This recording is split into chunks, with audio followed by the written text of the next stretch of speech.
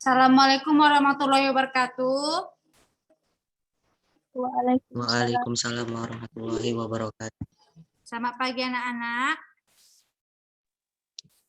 Selamat pagi, Mem. Sehat ya?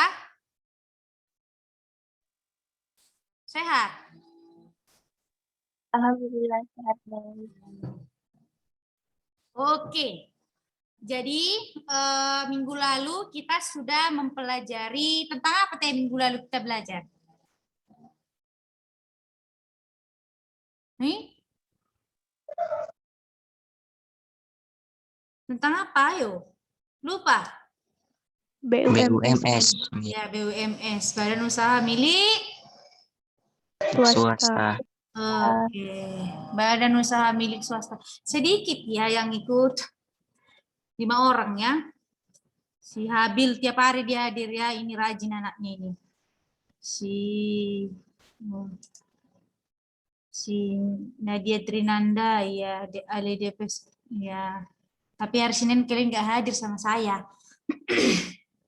Si Habil aja yang hadir. Oke, jadi hari ini kita akan melanjutkan materi kita minggu lalu.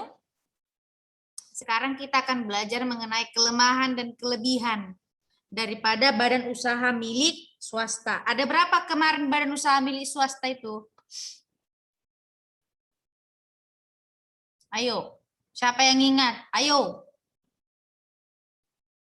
Ada berapa? Ada 4. Iya, 4. 1 apa, Nak? Perusahaan perseorangan. Iya, PO. Habis itu kedua? Persatuan Komanditer. Iya, persekutuan atau CV ya, Nak. Komanditer Penotskap. Ketiga? Perseroan terbatas. Perseroan terbatas. Dan yang keempat? Firma. Sebenarnya ada satu lagi 5 itu, koperasi. Cuman kalau koperasi kita akan bahas di bab selanjutnya. Itu nanti ada khusus bab untuk membahas tentang koperasi. Makanya Ibu nggak bahas di sini. Sebenarnya ada 5 ya. Koperasi dan yayasan. Tapi yayasan jarang kita bahas. Oke. Jadi indikator yang harus kalian capai itu adalah menjelaskan kekuatan dan kelemahan daripada badan usaha milik swasta. Jadi kita akan bahas satu persatu. Nah, kalau dia PO namanya PO ya. Kelebihannya dulu kita mulai.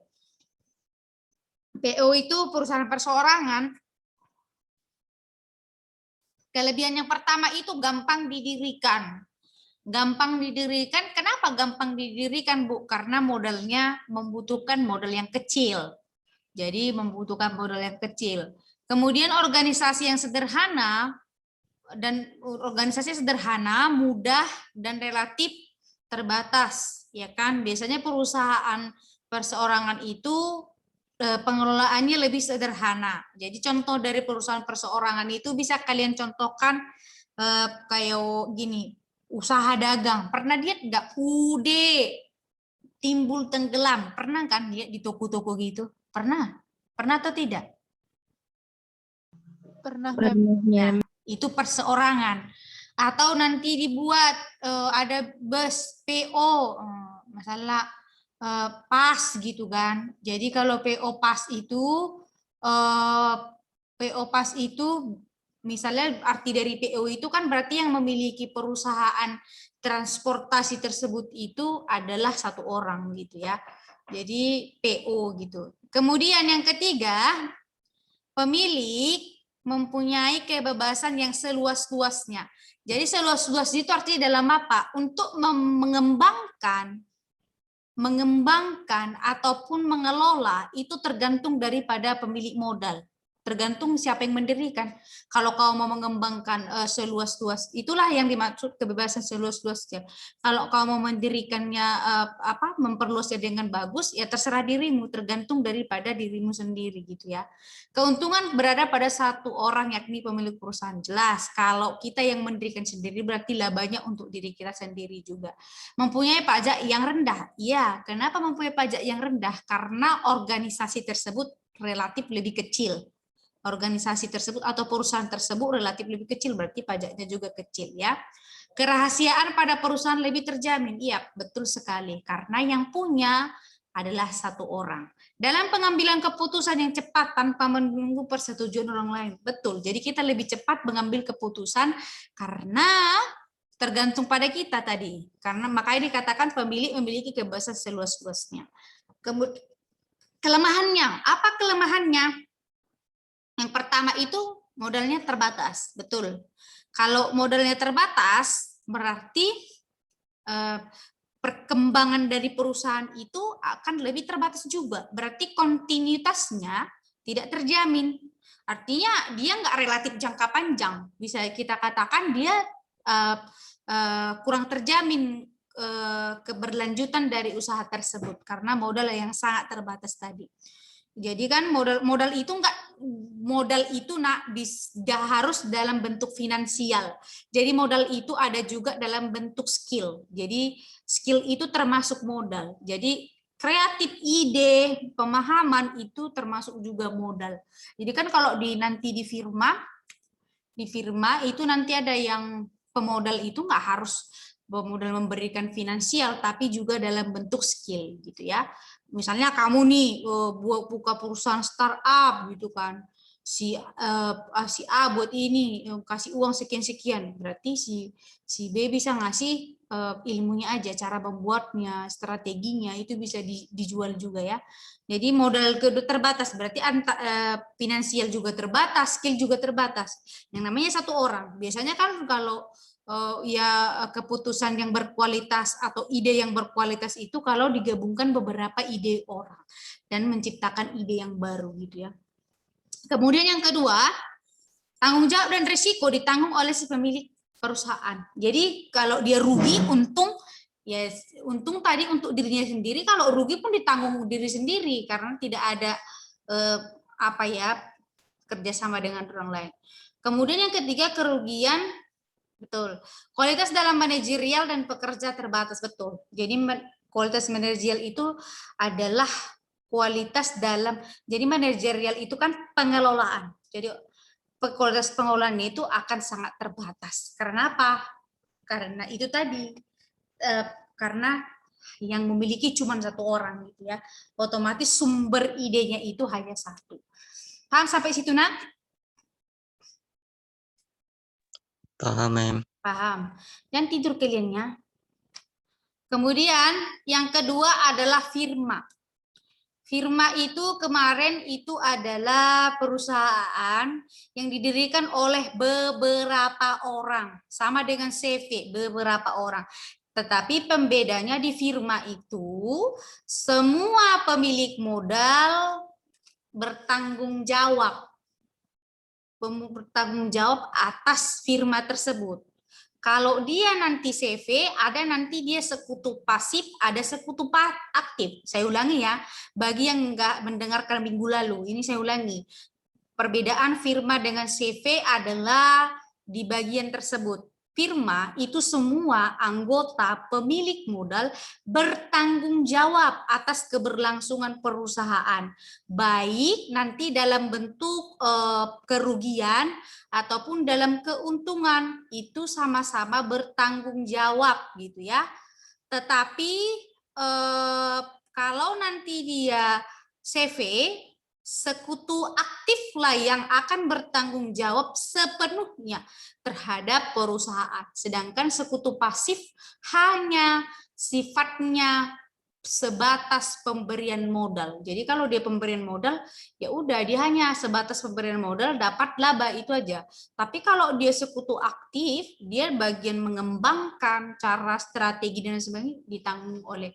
Ya kalau kerugian bagaimana Bu? Ya ditanggung oleh sekutu aktif gitu ya. Itu perbedaannya. Nah, kelebihannya apa? Mempunyai modal dengan jumlah yang besar, betul perbandingannya dengan PO itu ya. Dan karena apa di modal tersebut nanti digabungkan dari beberapa orang. Kemudian kemampuan dalam manajemen yang lebih besar, betul karena penggabungan dari beberapa orang, ide beberapa orang dijadikan jadi satu, otomatis akan lebih bisa kita katakan akan lebih berkualitas gitu ya dibandingkan hanya ide satu orang karena tidak ada pembanding gitu ya. Dalam mendirikan relatif lebih mudah, iya. Dia lebih mudah mendirikannya dibandingkan mana? Dibandingkan perseroan terbatas nanti. Ya kan gitu. Status badan usaha jelas karena kemudian akta notaris terdaftar di pengadilan negeri, betul. Kalau kita membuat perusahaan perseorang, misalnya kau buat usaha dagang, tidak perlu kamu mendaftarkan itu ke akta notaris ya. Nggak perlu. Yang perlu itu kalau kita membuat badan usaha dalam bentuk firma. Otomatis pajak firma itu lebih besar dibandingkan perseorangan. Dalam tanggung jawab dilakukan secara bersama-sama. Ini tadi Ibu bilang. Dalam tanggung jawab dilakukan secara bersama-sama. Baik rugi dan untung ditanggung bersama-sama. Pertanggungan. Keluar ke pertanggungjawaban eksternal internal ditanggung bersama-sama. Keberlangsungan perusahaan ditanggung juga bersama-sama ya. Pengambilan sebuah kredit lebih besar dan mudah karena dipercaya oleh lembaga keuangan bank, betul karena sudah didaftarkan tadi di akta notaris, pakai akta notaris, maka ke tingkat kredibilitas oleh lembaga keuangan baik bank dan non bank itu akan lebih tinggi karena statusnya jelas gitu ya. Pengelolaan perusahaan bisa dibagi-bagi sesuai dengan keahlian masing-masing dari sekutu dan atau anggota, betul ya. Semua usaha juga harus seperti itu kalau dia usahanya bersama-sama. Kemudian kelemahannya, dalam pengambilan keputusan suatu kebijakan kurang cepat karena menunggu musyawarah. Iya. Jadi kalau ada suatu kebijakan, misalnya suatu masalah, mencari solusi harus diadakan dulu rapat. Jadi rapat ini pemutusan kebijakan itu harus sesuai dengan ADRT, anggaran dasar rumah tangganya gitu ya. Di awal bagaimana itu harus sesuai. Perusahaan dikatakan bubar bila terdapat anggota yang mengundurkan diri atau meninggal dunia, itu boleh. Kemudian bila salah satu anggota membuat kerugian maka anggota lain ikut menanggungnya. Itulah yang tadi kalau dia firma karena pertanggungjawabannya bersama-sama. Jadi kalau rugi, salah satu yang membuat rugi, maka akan ditanggung bersama-sama. Maka firma ini cenderung dia nanti kebanyakan jenis usahanya adalah di bidang jasa. Di bidang jasa itu kayak mana, Bu? Contoh, bidang jasa hukum, perlindungan hukum. Makanya ada lawyer, perkumpulan lawyer itu nanti dibuatlah contoh Hotman Paris and Partner gitu, itu firma gitu ya, karena resiko daripada jasa ini kalau di bidang hukum itu lebih sedikit dibandingkan yang lain gitu ya. Itu ya ditanggung bersama. Sampai sini paham nak? Paham, Mem. Si Habil aja yang jawab. Kemana yang lain? Paham kamu? Saya tengok dulu nih. Paham Adelia? Adel. Paham, Oh iya. Pula cuma satu orang yang jawab. Seru gitu ya. Kan kamu minggu lalu hadir waktu saya bahas ini. Adel. Hadir? Hadir, Mem. Oh. Oke, next yang ketiga adalah CP atau Persekutuan Komanditer. Panjangannya ini adalah Komanditer Vennootschap, berasal dari bahasa Belanda gitu ya. Kelebihannya, jadi ini tadi udah dijelaskan di awal ya, bahwa Persekutuan Komanditer itu pemodalnya beberapa, tetapi dibagikan dengan atas dua, ada sekutu aktif, ada sekutu pasif. Nah, kelebihannya apa, Bu? Katanya. Mudah dalam proses pendirian. Ya, mudahlah dibandingkan PT gitu ya. Kebutuhan dalam modal lebih terjamin dan terpenuhi, iya, karena dikumpulkan oleh beberapa orang. Cenderung lebih dapat, betul, karena lebih besar ya, karena ini didaftarkan nanti pakai akte notaris. Ya. Nah, kalau di firma sebagai tempat untuk menanamkan modal.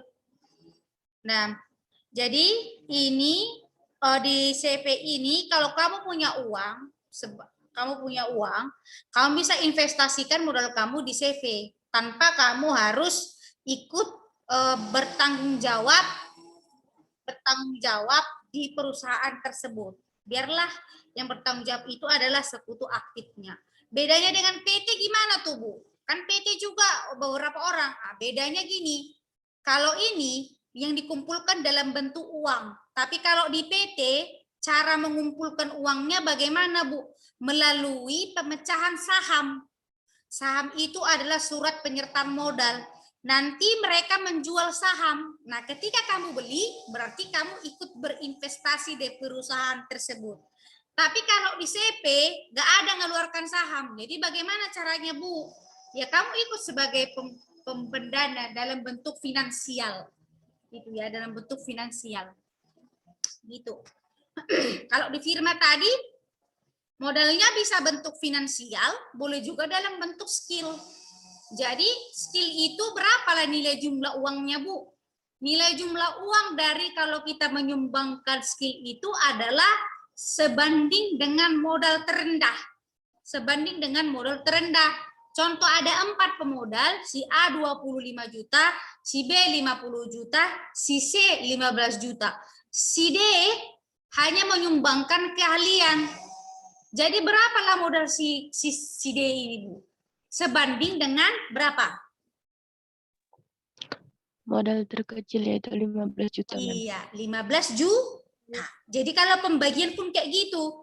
Berarti 15 juta per berapa jumlah modal dari mereka kamu tambahkan? 15 tambah 50 tambah 25 tambah 50 tambah 15 tambah 15. Kan modal terkecil tadi ya, karena tambahkan semua per jumlahnya itu kalikan berapa modal yang mereka peroleh.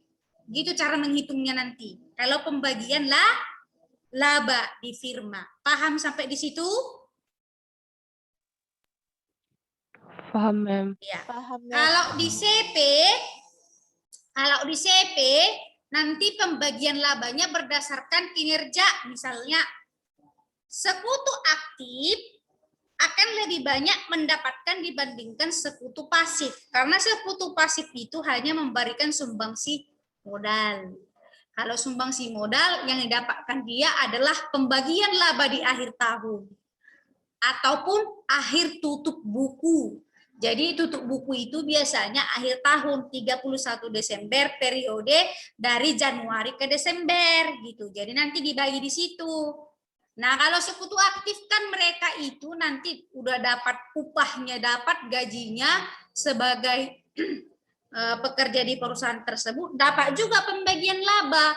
Kalau sekutu pasif, dia hanya dapat pembagian laba tanpa boleh menuntut berapa gaji mereka, gitu ya.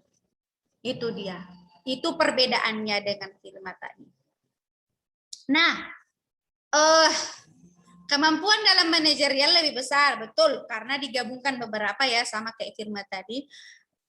Pimpinan perusahaan bisa terdiri dari 1 orang ataupun lebih, ya.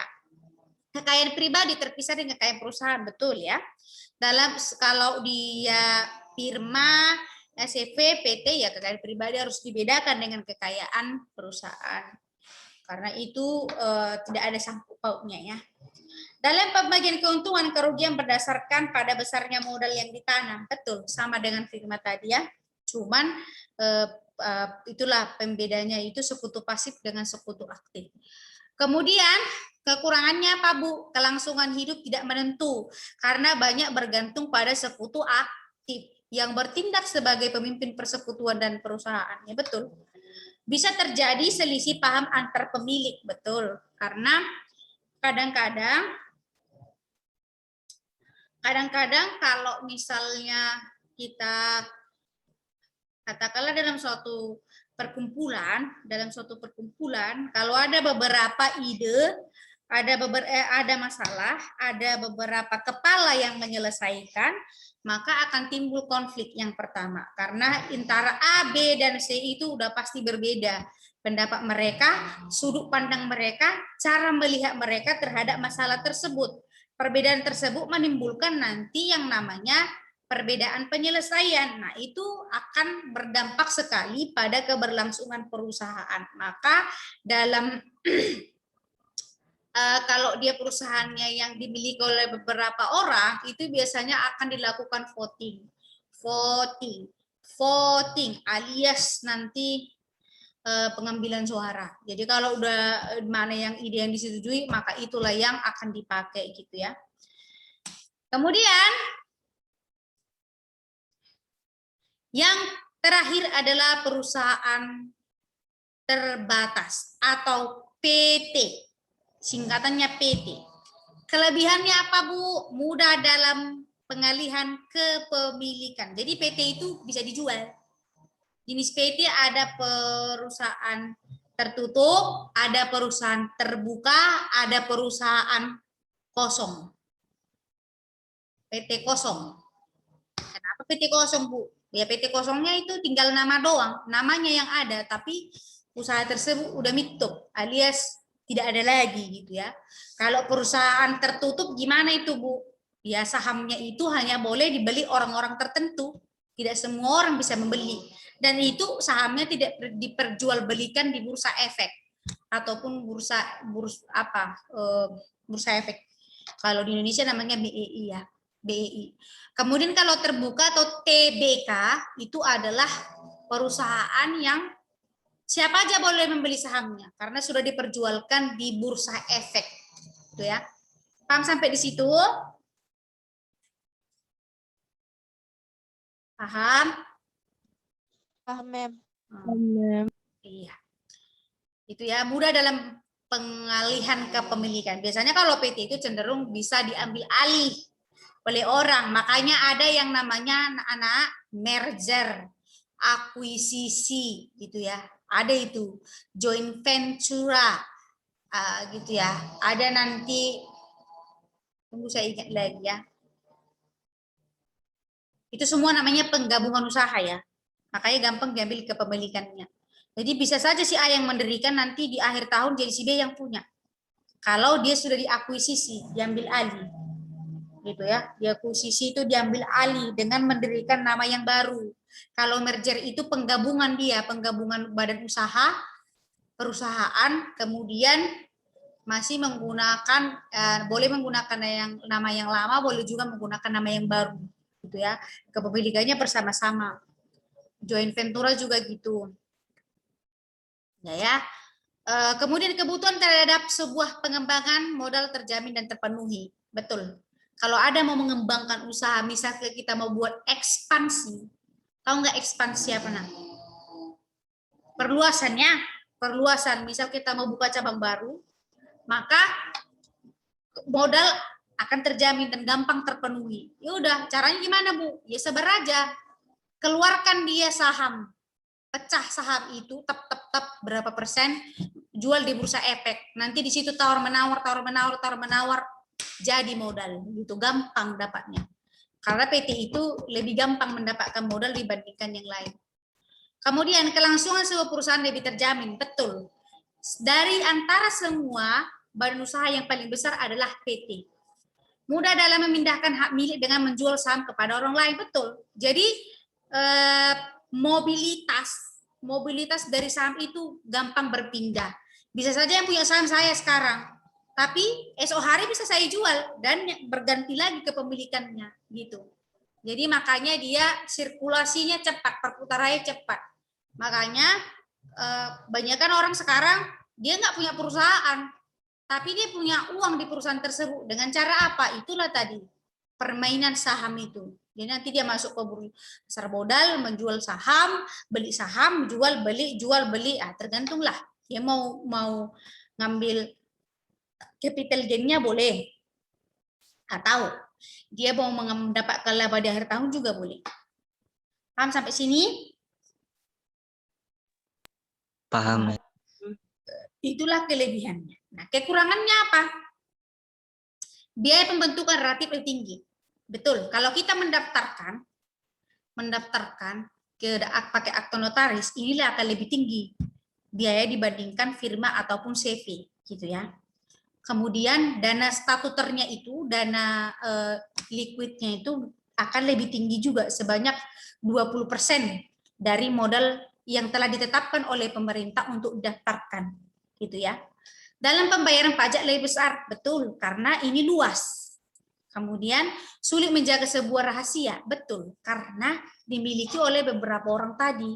Nah, ketika kita nanti mau ataupun menyebar ataupun kita mau memecahkan saham itu tadi, terus mau kita jual di bursa efek, otomatis kita akan, supaya orang bisa menilai perusahaan, kinerja perusahaan kita itu gimana, maka laporan keuangan kita harus kita publish nanti, saya lupa apa nama akunnya ya, tapi bisa itu nanti lihat aja di saham LQ 45 gitu, nanti search lah, pasti ada nanti situ bagian keuangannya bagaimana, tahun ke tahun bagaimana, kita akan share, jadi orang bisa lihat, oh ternyata perusahaan ABC ini bagus, tahun ke tahun dia naik, dia labanya, kita beli sahamnya aja, lagi sekarang mereka lagi jual gitu. Jadi rahasia itu sulit dijamin karena akan menyebar kemana-mana gitu ya. Dalam proses pendirian perusahaan membutuhkan waktu yang panjang, betul. Kalau kita mendirikan perusahaan, kita harus memenuhi beberapa syarat, maka membutuhkan waktu yang lebih panjang, oke, atau yang relatif lebih lama. Sampai di sini paham? Paham, Mem. Nah, Paham, Mem. jadi ada nanti yang namanya jenis perusahaan. Jenis perusahaan, lupa saya Ibu mencatat tadi, membuat PPT. Tapi saya jelaskan lah ya, dengarkan baik-baik saya, dengarkan baik-baik. Paham kalian? Jadi jenis usaha itu, ada yang namanya jenis usahanya ekstraktif. Nah, dengar Ibu ngomong ekstraktif ya nak? Dengar kan? Iya, Mem. Ya, ekstraktif itu artinya adalah jenis usahanya itu langsung diambil dari alam. Pengambilannya itu dari alam. Contoh, perikanan laut itu diambil dari alam langsung. Tidak pernah ada orang menabur benih di laut, ya kan? Kutaburlah kau samudra Pasifik, semua ikan-ikannya milikku. Nggak pernah ada orang kayak gitu, ya kan nak? Ada yang kayak gitu? Tidak ada, Mem. Nggak ada. Jadi perikanan laut itu termasuk ekstraktif. Pertambangan, yang kedua pertambangan. Tahu kalian pertambangan? Tahu, Mem. Iya. Contohnya apalah? Tambang batu bara. Tambangan Ya, tambang batu bara, tambang minyak, tambang emas, tambang permata, tambang batu aki gitu. Tidak pernah orang, misal tidak pernah orang membuat minyak itu dengan menambahkan beberapa jadi minyak, enggak ya. Karena itu diambil dari alam. Sama dengan emas tadi, digabung-gabung jadi emas, Bu, enggak bisa ya. Jadi itu disebut ekstrak. Baru yang ketiga, hutan, kehutanan. Beda dengan perkebunan ya. Perkebunan ditanam atau tidak, nak?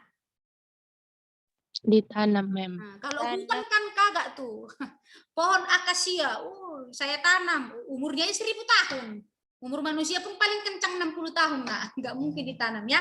Jadi kehutanan itu termasuk adalah ekstraktif.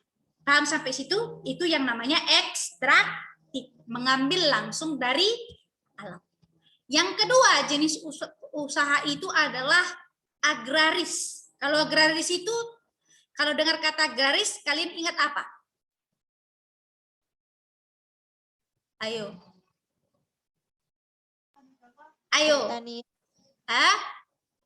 pertanian. Iya, ingatlah. Jadi caranya gimana tuh kalau agraris itu? Berarti mengelola alam untuk menghasilkan barang. Dikelola alam menghasilkan barang. Ditanam jagung dapat jagung, kan gitu. Maka disebutlah mulai dari pertanian, perikanan tambak yang di kalau sering disebut perikanan darat ya, perikanan darat gitu, karena dibuat bendungan, satu bendungan terus dibibitkan ikan. Perkebunan, bisa ya. Kemudian yang ketiga itu adalah, yang keempat itu adalah peternakan. Itu disebut dengan agraris. Agraris. Yang ketiga adalah jenis usaha bentuknya industri. Industri. Jadi industri itu bagaimana, Bu? Hasil alam itu tadi dicampurkan beberapa zat atau apa, jadilah barang. Maka kalau kita beli industri itu contohnya adalah pabrik. Pernah lihat pabrik kan? Pernah dengar kata pabrik ya, Nak? Pabrik minyak, industri. Pabrik swallow, industri. Pokoknya semua pabrik itu adalah industri. Hasil alam itu tadi ditambah dengan agraris itu tadi, dikelola, diubah lagi, dijadikan barang baru. Itu namanya adalah industri. Sampai situ paham, Nak? Paham, Mem. Paham, Mem. Yang keempat, yang keempat ya sekarang. Yang keempat itu adalah dagang. Nah, makanya ada namanya perusahaan dagang. Jadi contohnya itu adalah Indomaret, Alfamidi, Transmart. Jadi kerjanya ngapain? Jual barang jadi. Pokoknya perusahaan dagang itu jual barang yang sudah jadi. Jadi kegiatannya gimana? Beli dulu barangnya, disimpan dulu, baru dijual kembali. Itu namanya adalah perusahaan dagang. Udah, Nak? Sampai situ ngerti? Ngerti, Mem. Mem. Yang kelima adalah perusahaan jasa. Nah, perusahaan jasa itu contohnya apa? Ayo. Yang menjual pelayanan contohnya apa? Di bidang kesehatan, Mem. Iya, rumah sakit, bank. Habis itu apalagi asuransi, pendidikan. Itu semua adalah jasa. Travel, jual-jual tiket, itu travel. Banyak lagi perusahaan jasa. Itu. Jadi, kalau digolongkan dia, mulai dari ekstraktif, agraris, itu termasuk adalah yang bergerak di bidang perusahaan yang bergerak di bidang primer. Jadi pergerakannya masih situ-situ aja, maka disebut dia primer. Kemudian sekundernya itu adalah industri sama dagang. Itu disebut dengan sekunder. Tersiernya perusahaan yang bergerak di bidang mewah-mewah itu disebutlah itu jasa. Jadi jasa itu kita gunakan ketika kebutuhan primer, sekunder kita sudah Penuhi. ya. Makan dulu lah kita baru menabung, ya kan? Gak mungkin menabung dulu baru makan, mitop kita di tengah jalan. Nah, gitu dia. Paham ya, Nak? Sampai situ ya? Oke. Paham, Mem. Any question? No smoking. Ada pertanyaan? Ada yang mau ditanya? Ada, Mem. Udah paham berarti ya? Oke, kalau sudah paham, maka kerjakanlah psikologi dengan baik dan benar. Kan gitu. Tunggu dulu saya. Cuman ini. Kerjakanlah psikologinya nanti udah saya buat, udah saya upload tadi. Jadi nanti kalian tinggal melihat dan mengerjakan. Oke? Kalau tidak ada pertanyaan, Ibu akhirnya lu sampai di sini kan? Oke, Ibu akhir sampai di sini.